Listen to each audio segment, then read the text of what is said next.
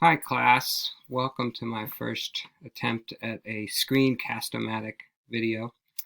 I want to go over this infographic with you today, Know Your Sources.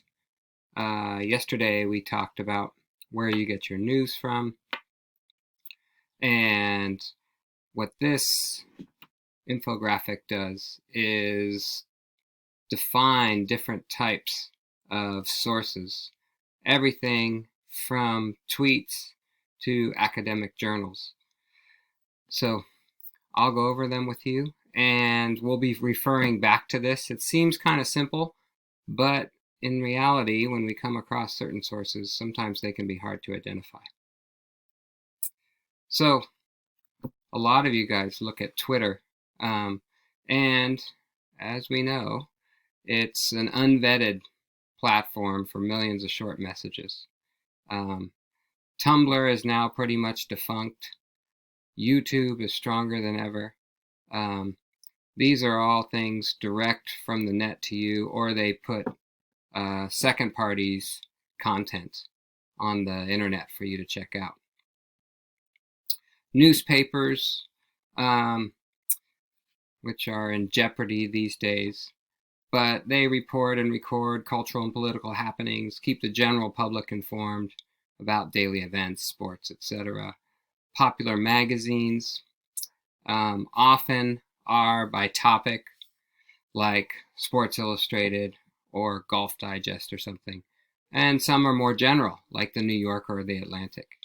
Professional journals I never really thought about until this infographic, but usually I bring one into class because my father-in-law is a contractor, and lo and behold, every 3 months a professional journal comes. The example in this infographic is Metal Worker, and it keeps professionals up to date, whether those be programmers, metal workers, lifeguards, whoever it is. Scholarly journals publish original new research, and they are written for and by scholars in the niche field, and for graduate students, a few undergraduates, and researchers. Academic books,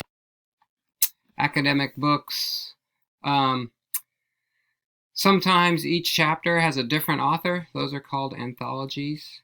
Some are wide in scope, but often they're super focused. And then finally, encyclopedias, which you're probably familiar with, if only through Wikipedia, are a book or a web page or a set of books giving information on many subjects. Often they're intended as an entry point into research for a general audience. Some provide detailed information, as we'll see. Most list relevant books and articles for further information on a published topic. So we can see this is a few years old, but it looks at the total number of types of sources published a day. So there's about 500 million tweets in the world, 2 million blog posts, 144,000 hours of video on YouTube.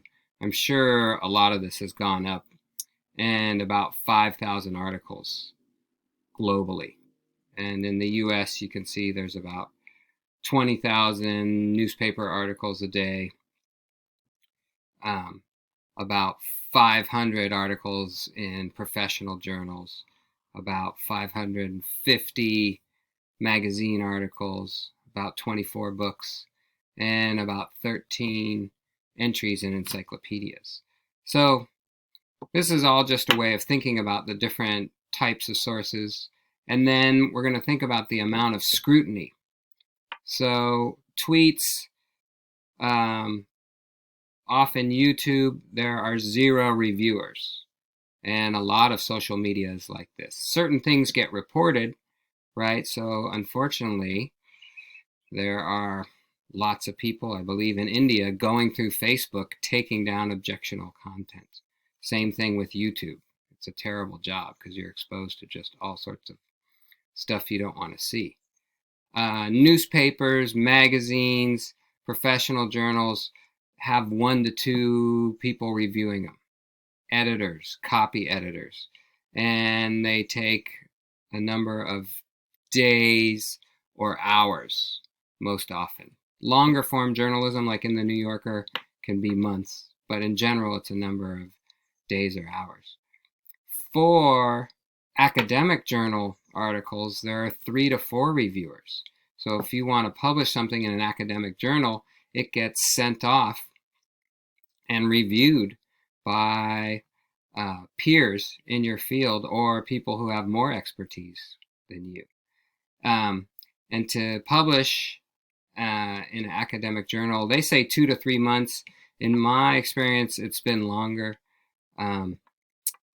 Same with books, and encyclopedias take even longer because it's the most refined, most vetted knowledge. It's the consensus knowledge about a given topic, and that's where Wikipedia comes into play. The degree of education for an author, it really depends. This has a breakdown, and as we can say, it says one factor contributing to the amount of knowledge used to produce a source is the number of authors collaborating. When more people contribute their viewpoints or ideas to the writing, the quality and breadth are likely strengthened. A second factor to consider is the number of years of formal education. Not always, but often, right? That the author received prior to writing the article. The more combined education the authors have, the more knowledgeable we can assume the team of authors to be. What other factors can contribute to author expertise? Well, experience, right? So if we look on Twitter, about 42% have college plus, 27% college, some college, and another 30% have a high school diploma. So YouTube, it's roughly the same.